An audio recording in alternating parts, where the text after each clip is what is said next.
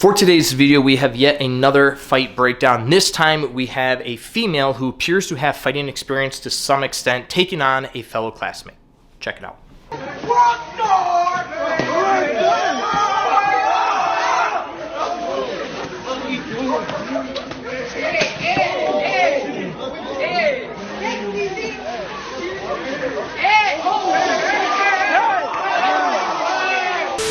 Now, after watching this video multiple times, there are a few things that she does incredibly well. Number one, she is aggressive. For the entirety of this video, she has her foot on the gas pedal, which is exactly what you want in a fight, especially one where you are protecting yourself. You want to be as active as possible. I don't want to be reactive. I don't want to wait for this person to throw a punch or to grab me and take me to the ground or start accessing tools. I want to be the one that's making all the moves. Again, especially when we're talking about self-defense. Whether that means throwing the first strike, getting hands-on with them, accessing tools of my own, I want to make sure that the moment I realize I'm fighting and I am protecting my life, I need to make sure that I am being as active as possible and that until the threat is no longer a threat, I have my foot on the gas pedal and I'm not laying off. The second thing I notice she does really well is she adapts when things don't work to plan. You can clearly see that she's struggling to finish a single leg takedown here. Now in a minute, I'm going to show you a few ways that you can finish a single leg takedown, but what I liked about her in this situation is that once she realizes like this is just not working, she starts working towards the guy's back. And the moment she gets a good solid grip on his back, she immediately sweeps him backwards and brings him right down to the ground. Now taking it a step further, she attempts to hold him down on the ground. Again, doesn't work out too well. She kind of slides off the front a little bit. The guy starts standing back up. She realizes she no longer has control of him, so she adapts again and immediately starts throwing knee strikes, which ultimately ends the fight and the threat right then and there. Now, I don't know to what extent she has fighting experience, but I will 100% put money on the fact that she has some training to some extent. But here's the thing that people need to understand. Even if you've only been training for a couple months, if you are protecting yourself against somebody that has absolutely no fighting experience, there's still a very good chance that you could handle yourself just fine. Because again, learning how to fight teaches you how to stay calm in situations like that. It teaches you how to adapt accordingly. It teaches you when you need to be aggressive and when you need to be defensive. So again, as a friendly reminder, get out there and train. Now, of all the things that she did do well, there are some things that I do want to point out that could have cost her in the situation. Number one, the single leg takedown as a whole. I do not like the way that she entered the situation. She literally just kind of put her head down and reached out in an attempt to grab this guy's leg. She very easily could have been knocked out right then and there. Typically, when we are setting up takedowns in a fighting environment, you want to work yourself in. Now, this can be done in one of two ways. Either I can throw a few strikes, and as you're sitting there blocking and you're worried about things going on up here, I throw a few strikes, I change level, I shoot it nice and low, and I can get a grip around your waist or around your leg. Easy entry point. You can also do it on the flip side. If I'm the attacker and I'm throwing punches at you, you can block them, and then when you see the opportunity, you slip a punch, you change levels, and again, you shoot in on a takedown. What you don't want to do is just stand there and then change levels and shoot in.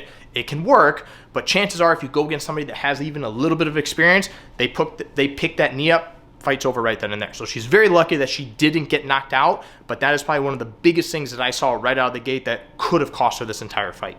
Now, the fact that she even went for a single leg in a street fight isn't something that I would necessarily recommend. Now, single leg takedowns are easy to finish if you know what to do. Again, I'm going to show you some options here in a minute. However, if it does not work, it is very difficult for you to disengage safely because, again, you're bent over, your hands are occupied, which means if I just let go and I step back, if I'm the one that had my leg grabbed and I see you just stepping back, I'm immediately going to start firing off some strikes. Again, putting you at risk of being knocked out. My preference, if we are going for takedowns in street fights, specifically for self-defense, I want to work in towards the inside. I want to work in towards underhooks, get a body lock, work around towards your back, and I'm going to start initiating takedowns from there. And to me, that is the safest place to initiate takedowns is off the back because I have a lot of options. I can access stuff if I need to, but more importantly, if I need to disengage for whatever reason, I simply push you, step back, and I'm safe to do so without any risk of you being able to hit me from that exact position. Now, the only other thing I'll point out, and again, this may just come from lack of training as a whole, when she does take him down to the ground, you'll see that she starts kind of shifting towards the front of his head and shoulders a little bit, which causes her ultimately to just simply fall off, which ultimately allows the guy to start standing back up. When you get somebody down to the ground and they're in like that turtle position, you want to shift your weight back. I want to get my weight as far back to their hips and lower back as I can because that's going to keep their posture broken, and that's going to allow me to continue driving that pressure in, which ultimately keeps them on the ground. All that being said, She did very well in the situation overall. Clearly, she was able to defend herself and get away safely. But let me go over a few ways that you could finish a single leg takedown if for whatever reason you find yourself in one in a street fight. She somehow ends up here, starts trying to pick up this guy's leg. Now, as you see, he's continuously just kind of putting the foot back down. She's picking it up, he puts it back down, and they're just kind of in this struggling position. Now, based off of the fact that she doesn't have a good bite and a good, this is like a good proper way to establish control of a single leg. We'll talk about some takedowns from here, but because she's getting stuck in this position, my recommendation would be just to kind of take the back from here. Now, two options that we have. In the video, you'll see that this guy's kind of postured nice and high. The only reason that she was able to take the back is because the guy kind of turns to kind of run away a little bit, and at that point, she reaches up, grabs the waist, and then you see her kind of trip him, take him down. Perfect opportunity to do so. It worked for her, and then she was able to kind of throw her elbows and knees like you saw. My recommendation would be one of two. Either from here, if his hip is close enough, right? So if I'm able to reach his hip, then I'm going to keep one hand on the leg. My other hand's gonna reach around and grab his hip, belt, pants, hoodie, jacket, whatever I can get my hands onto, and I'm gonna pull myself nice and tight to it. Now, this hand, I'm going to go behind the knee. Reason being, I wanna start kind of circling around. And if I just start kind of circling around and he back steps with this leg and squares back up to me, I'm not ever gonna be able to get to the back. So bring your leg back out front. So once I get the grip on the hip, I want to immediately just kind of stuff my hand behind their knee. And now I'm gonna start circling my hips around. And then once I do get to his back, lock my hands up. From here, if you do need to take the person down, we've done tons of videos on takedowns from the back for self-defense in general. A lot of options from here. I can disengage safely if I want to disengage. I can access tools from there. So getting to the back in a self-defense situation overall is going to be your best bet. Now, the second way that you could take the back from here, and you can do this whether you have a partial single leg or if I'm able to get the leg all the way up, it works the same. But what I want to do is I'm actually going to kind of step back and I want to just kind of pull the leg a little bit. Now, when I pull the leg, I want to pull it past me, right? I don't want to be holding on to it. Essentially what I'm trying to do is pull his hip closer to me. Now, this one I'll recommend if for whatever reason, don't worry about the wizard right now, if for whatever reason you have the leg, but their hip is a little far away from you, I might not be able to reach and get a good grip, because again, if I'm here and I can reach the waist, I'm just going to go for that way to take the back. If you're a little bit farther down on the leg, what I recommend, I step, I'm going to pull the leg past me. As I pull the leg past me, I just catch their waist. Then from here, duck under if you need to, pressure in, and once again, we're on the back. Now, just single leg takedowns in general. When you get to a good single leg, a few things that we need to keep in mind. Number one, I want to make sure that I'm really hugging tight on this leg. I don't want there to be any space, because again, if I'm loose on this, one, he'll be able to pull this leg out and start defending it, working his way out, or he's going to be able to turn, burn, run that leg through. The same thing goes when we high pitch the leg, right? I want to have a good bite on my bicep, because again, if I'm loose, he's going to either put the foot back down or turn, pull the leg straight out.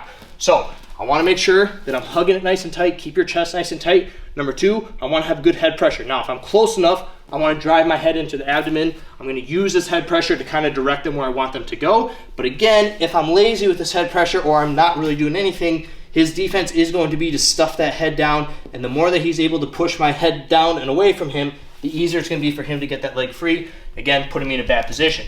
If you end up being a little bit more on a shallow single leg, I still need to have good pressure because I don't want this to happen. I want to make sure that I'm hugging my head to their leg. Again, I can still use that for pressure. Last but not least, to some extent, I want to keep them moving. The longer that they're standing still, the more they're going to be able to start defending. They can get their whizzers, they can get their head pressure, they can work their leg out. They're going to be able to start activating all their defenses. So when you get to a single leg, drive into them a little bit, pull them a little bit, get them hopping on that far leg. So now as they're focused on their balance, I'm focused on setting up my takedowns from there. First option that we have is called running the pipe. When I'm in this position, I want to pull his butt down to this side. Why? There's nothing there for him to post on. If I pull this way, he's just going to be hopping on that foot. So once I get into this position, I get my head pressure in there, I'm going to drive into him a little bit. Then as I pull, I'm also going to start dropping my weight. I'm not going to fall, but I'm going to start pulling my weight down, using my head pressure. I'm going to pull him down to his back. Again, from here, we can pass, we can get the top pressure, whatever we need to do. Second option, I'm going to pass the leg up to a high pitch single on the inside. Now, anytime we're picking up the leg, I don't want to just go from here and pick the leg up, because again, they're going to be putting this leg down with pressure. It's going to be very difficult. So what I want to do, get them moving. So when I'm here, drive into them a little bit and then pick it up. So now while they're in the process of trying to balance, I use that as an opportunity to scoop the leg. Again, nice and tight grip. First option that we have, I'm going to sweep them backwards. So from here, my front hand shoots all the way across. Maybe I throw in a strike at the same time, depending on what we're doing. I'm going to shuffle, not reach, right? I want to get right behind his Achilles, his ankle. So as this hand shoots across, I shuffle my feet. My one foot's gonna go here. As I push back, boom, take them straight down. Again, pass, do what you need to do. Now we're gonna do the same thing, but to the other side. So again, we're in on a deep single leg. I drive into him, I pass the leg. Now I'm on the outside. Now, yes, I could also just grab and kind of step through like this. I don't like this because of the fact that it exposes my back a little bit. So what I'm gonna do is I'm still gonna use this hand to kind of club them, collar tie them a little bit.